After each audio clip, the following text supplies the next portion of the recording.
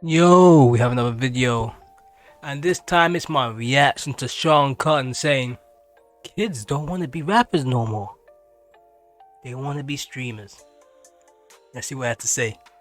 Like Polo G, I didn't even know he dropped the album until the narrative became he dropped an album and it sold poorly, so he's a loser. Exactly. But now how does he outrun that narrative? The only real way that he could do it is by dropping fire music, and realistically, like, how many people are even tapping in with the album to listen to? I don't even think fans care about music anymore. Ugh. That's not true. Fans still care about music, but there's just a lot more music out there. Remember that right now we live in the era where anybody from any neighborhood, from any walk of life, can drop a project. It's that simple. You got the internet now. Back in the days, there were gatekeepers. You could not make music unless you went through a record label. And now, those gatekeepers, they're gone. You don't need a record label to drop music. I don't even think they do. How is that even possible? But you say that? People no, people still listen to music. Yeah. But I don't feel like people. I remember when cover arts used to come out, and we would just analyze the cover art for 30 minutes. Yeah. This guy's true. Yeah. I remember when Eminem dropped the cover. What was it called again? D12 album, and it had like some real good like comic book cover art. And I was just looking at this and I was like, I need to draw this myself. So I'll be like drawing the same way, and it'll just look dope. You know, it really looked cool. A lot of the cover art from Eminem really was good for its time. I mean, right now we live in like a digital era, so we don't really have the reason to have cover art anymore. So we lost that during the transition from physical to digital. And lyrics, and I remember getting with my boys, we talking about punchlines and what he said, and like music. It's not what it's not. And I hate that I am part of this as well, because like I went for a walk, I'm doing some cardio, I decide, you know what, I'm not listening to the podcast, I'm listening to the J. Cole album. And you know, it's like I really should like want to pay attention to this and care. I listened to like 3 songs and it was just so obvious to me that I didn't care, that I just didn't really have it in me to really care about what the fuck he was talking about. And that's like one of the most prevalent rappers. I know he did 300K, super good, he's one of the top guys still in the game, but I just couldn't really bring myself to even want to spend an hour and a half listening to this shit. Yeah, as a adult, You haven't got the time. You haven't got the time. We haven't got the time anymore. Back in the days when people listen to music, they never had the internet. They never had streaming services. So you had more time to sit down there with your friends and consume the music. Now you're sitting down there and you got so much things to do, so much distractions, Instagram, YouTube, that you have to find time out of your life to consume a whole album. And that even an hour, that's a lot. double album, it's double problem. It's too much. It's just too much out there. That's what I'm saying. There's too much. It's too much saturation. That's the problem. Like sometimes, you know, sometimes it's good to have gatekeepers because you get to funnel all the good in and you keep out all the bad.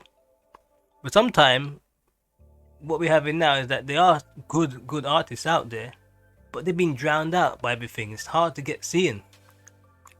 I like what he's doing with the going out to sell the CDs and stuff like that. Yeah, that's cool. That's so him. I appreciate that. It's his brand, but he is that guy. So then, as someone who owns, this is a question for both of y'all. Then, someone who owns platforms as big as you guys' platforms, what do you guys think that you guys could do to help the music space get back in a better? I think position? artists. I think first it starts with the fans. Fans, they just don't care. Like fans, we've seen everything from gay artists to fat artists to skinny artists to artists that got shot 100 times. The fans have seen it. Who the hell got shot 100 times? Tell me someone who got shot 100 times and survived. Who's that artist? All. You're not gonna be gayer than Lil Nas X. You're not gonna be fatter than Big X the Plug or the lean dude. Dave Blunt. Okay, yeah, you're never gonna be.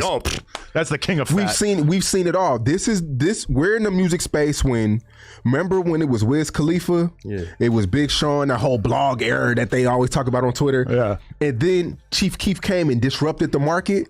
Somebody has to come disrupt the market. And it's not gonna come from the internet. It's gonna come from a space where it's real, and then their neighborhood, block, city, region can come behind and tell the internet that this is the real thing. It's gonna look. When an artist signs now, they do the same 4 things. They're gonna go do a rap radar. They're gonna go do a mic hanging shit. They're gonna go do a TikTok campaign. Yeah. There's no new. Everybody's doing the same thing. They're all spinning them through the same wheel. You know what I'm saying? The next big star is gonna be from his space. Yeah. He's not gonna run to a rap radar or do a Dirty Glove back. And this is no hate to those platforms. Right. But the next star is going to be so against what everybody else does. He's going to do it his way, and the people are going to gravitate to him. He's not going to go beg and scream and try to get those fans. They're going to come to him. They used to go No Jumper as well. It's one place they used to go. That's one place where I remember all the underground rappers used to come to the SoundCloud rappers. Back in the days, it used to do a No Jumper interview. And when you was on No Jumper, you know you made it. You know you made it when you was on No Jumper. You had to do something crazy. You had to pass out or throw water on Adam 22, and then he's like, yeah, we made it. But I mean, when Chief Keef came out, it's like, hey, he's just so rebellious. He's way more gangster than most of the established artists, and he's like 16. Yeah. So that was very mind-blowing to a lot of people. We didn't even know that these kind of kids were really like that. And he was rebellious. Yeah. When he did the 50 Cent shit, he didn't even show up to the shoot. Come on, man. You're right. Kodak Black. When Drake wanted to do the song with Kodak Black in the beginning, was it skirt? Drake wanted to get on that. Yeah. But Kodak was like, no, I'm gonna do it my way, the hard way. Now you're building a foundation. Truth be told, the Drake stimulus package is a bit of a curse. So I'm glad that Kodak never took it. And then also with Drake, he kind of like rides people's wave too much. And it's good that they just didn't let him ride the wave, because that's how. There's nothing wrong with it, but it comes to a point where whenever something's hot, Drake will try to jump on it, and he will try to take their heat. And it feels like this guy's robbing people of their fame. Now your fans know you won't sell out. Now your fans know, you can smell it. You can just smell when something is real. And that's what is missing. Like, everything's too funneled through that and seeded through blogs. And don't get it twisted, the blogs are great. Like me and Remo, we do, we do good business. The problem is that now there's people figured out the system. Once people start figuring out the system, everybody's doing it. Before, it was raw. So when people came up through SoundCloud, that was raw. Now, people will manipulate SoundCloud. They go on the blogs, they go No Jumper, go do a rap radar. And it's like, you have to do these things to make it. And once everybody's doing the same things to make it, then nobody's special. You're all just sheep following, going to the slaughter. Which is for you to become some sort of like hip hop dummy. Well, not really dumb. You might become rich, or you might end up broke. But it gotta be from somewhere real, bro. Yeah. It ain't been from nowhere real lately. Yeah, it's crazy. And the fans are not dumb. Wiz Khalifa blew up by just being like a cool guy who smoked a lot of weed. Cool guy, smoked weed. Nobody gives a fuck about that anymore. He's not gonna be the weed guy. He did vlogs, brought you to his world. Chuck Taylors with cargo pants. Yeah, but he was also another problem they have these days. Artists are way too exposed. There used to be mystique when it came to artists. Now these guys, you know everything about them. You know what color toilet paper they use, the color of their pants. You know way too much about an artist. I understand that's how things have to go these days. They want the fans to have a connection with artists, but I just liked it when you just didn't know what your favorite artist was doing day to day. But now it's like, I know what they're doing day to day because they're always live streaming. He was internet forward at a time where everybody else wasn't. Now everybody's knee deep in the internet shit, and it's kind of like, how do you create like a sense of mystery and intrigue with the Exactly, that's people. what I'm saying. But then also like you just said, like you can't just be a rapper. You got to be a streamer. You got to make content. You know, the fans are nosier than ever, bro. Like that's another thing I feel like artists do wrong. They try to force their music on the blogs, and people got to know who you are. You know what I'm saying? Or where they want to know your story. You have to be packaged right. And I feel like a lot of these people are too music first. I know a lot of people who make great music that are on their mom couch. It's not the music is not talent. Don't pay the bills no more. People want to be entertained, and you just have to package it right. And it's a weird balance that people just have to figure out. Yeah, but I feel like the fans have caught up, and you know, they can see through everything now. Let me ask you this: how much? They can see through everything because we all seen everything. Everyone's seeing the way people use the internet.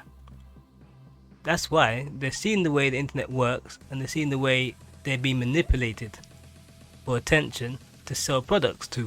So it's not like they're dumb. It's like, oh yeah, it's another kind. Like, let's put it this way: he's like a 6ix9ine type clone.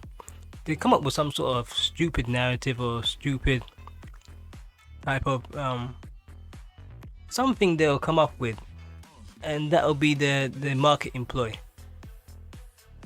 I got shot, I killed this dude, I robbed this guy's chain. It's always something. I mean, that's the only thing that's invented, the new marketing ploys. Other than that, it's the same old. How much do you think Kendrick and Drake's beef played a part in hip hop separation? None. Because I seen academics kind of use that take a lot. Nah, I don't agree with that. I don't agree. Academics. Did Kendrick and Drake's beef? I mean, Drake was like the GOAT for a long time, and you can't say the king for that long. And there's other problems with Drake. Drake has drastically sold out. Like, he's become like a streamer as well. He's up there gambling, so you have to look at the way Drake packages himself now these days. He's not just an artist, he streams and he's gambling. So, you know, these things don't bode well, you know, altogether. It just seems like this pure greed. Agree with that. I feel like people love the competition. Competition has always thrived in hip hop. I don't get that narrative that academics. I think it's more so people saying, or I think Ack might have been the main person pushing this narrative, but like Kendrick kind of made it where Drake can't really collab with as many artists because he's getting called out for, you know, being a culture vulture and like taking everybody's sound. So, but Drake was giving everyone these stimulus packages and blowing them up, but now he's kind of like having to do the solo thing. Let's put it in perspective. The Drake stimulus package only ever was valuable to Drake. You name an artist that got a Drake stimulus package that's still around today. It works for a while, and then it just wears off. It's like a slight boost, but the boost is that he rides on your wave. That's how it worked for Drake. That maybe the music is not like, I don't know, maybe people aren't getting the Drake stimulus packages. But a lot of people too is like, you know, you might want YoungBoy's fan base. You're not getting a YoungBoy feature. You're not getting a Cardi feature. Like these people are mega protective of their image and their ability to, because they know what they could do for an artist. Yeah. Apparently, you can go from 0 to a complete. Got a good point. I think adverts. I don't think cosigns help anymore. I don't think cosigns help. I just really feel like the fans don't care as much anymore. And I feel like I get what y'all are saying, but I'm looking at a consumer standpoint and people just don't give a bro. The kids, I got an AAU team. The kids aren't talking about rappers right now. They're talking about streamers. Yeah. Rappers just aren't the thing. It's so, bro, you got to understand, like, people, and it's funny, I was talking to King Yella about this the other day, but because streamers are more real than rappers. That's the problem. And then with rap now, the mystique of rap is gone. There used to be a little bit of a mystique of how the industry worked, and over the years, and with the internet being so prevalent in hip hop, and all the chatty patty stuff and the Vlad TV interviews, the academics interviews, you start to see a lot of the behind the scene workings of the industry, and it's not very, how can I put it? It doesn't look that good for an artist. You got artists in 360 deals, You got all this stuff to do with the devil worshipping and sacrifices going on in the background as well. And a lot of people just look at it and think like, I don't want nothing to do with it. And artists now have a platform to talk about the displeasure with the labels. Before, there wasn't the internet, so if someone had a problem with the label, that will be it. You never really hear why they had a problem with the label, where they disappeared to. But now they're going to interview, they're going back and say, well, my label was taking me for this much money, they weren't promoting me, I got a stimulus package from Drake took 90% of the money. I'm not saying he does those things, but those things could happen, and they can now talk about it. And then the mystique of hip-hop, because a lot of people, this was happening in the 90s, where artists were getting robbed, you know, and now you've seen them now talking about how the deals were going wrong. But at the time in the 90s, they never had the platform to do that. And that was the mystique. Everyone still thought everyone was doing good in hip-hop. And now people realizing that it's not that good to be signed to a label. It's better off you be independent, because you have a lot more freedom. And with TikTok and the YouTube, you can blow up without the labels, without them taking the cut. People will rent a fucking Lamborghini and think they're on the same playing field as a little baby. You know, just because they own rented a Lamborghini, or people have access to the same thing as rappers do now. It's like I said, fans look at rappers as their peers now. They're no longer up here. The You know what I mean? The thing that fans were getting from Chief Keef in 2011 is the thing that a lot of those same type of kids are getting from Rakai. Because he's a young ass kid who actually is really rebellious. He's really seeing hella money. There you go. He's super famous. Yeah. And if you want to be a fan of him, you don't have to buy into the music. Like, I don't know if Rakai's ever made music, but it's like his music is probably would not be as impressive. But meanwhile, as a streamer, he can be very engaging. He's edgy. He like clearly doesn't give a And I mean, that's kind of almost the problem is for a certain era of streamers is like it's just very quick how these next dudes come up, and streaming is like a zero-sum game more than music. You know, you can listen to a lot of rappers, but as a fan, you're probably going to sit around and watch one streamer for a couple hours. Yeah. So did that make you want to change your business model, or like maybe I'm not gonna sign more rappers? Because I hear labels are getting into the signing streamers thing. Yo, that's why I said earlier. I mean, shout out to 26J. Shout out to Hit Kid Fish. Shout out to YB and Lil Bro. Man, it's Tay Barber, Brooklyn Love. Like it's shout out to the artists that are on the roster. But A name that you didn't say, not to cut you off. Go yeah. we did our thing. We had did I had got him a big bag for 2 projects, and he turned them in already. If you enjoyed that clip, make sure you Not a bad clip. Well, I'm gonna be honest with you. Yeah, streaming is the way forward, really, for these guys. Cause like you got a lot of rappers that end up becoming stream. Like Blueface, he was a rapper, and now he's starting to just stream. Cause the music, it's not really saying much for Blueface. He's making more money streaming, and all the other stuff around the streaming. The rapping is just like a side hustle to him, you know. And that's the truth. It's like something that he does on the side. He's more of a streamer now these days. That's where their money is. And also, like, there's more engagement with streaming. Could you just see them there? With rap, you just release a project and then you try and just disappear. And there's a lot more people, and then there's a lot more money in streaming. The amount of money I see streamers come into, you ain't getting that when you are rapping, when you have to license and clear samples, and then you get a certain amount of the samples being taken, and you got taking money out of the budget. There's a lot of money going when you rap. There's a lot more money coming out than you are just streaming. So that's you as a person put out there. As for Rakai is doing his thing. I don't really agree with the way he's going about it, but a lot of people like the whole rebellious nonsense that he's carrying on with.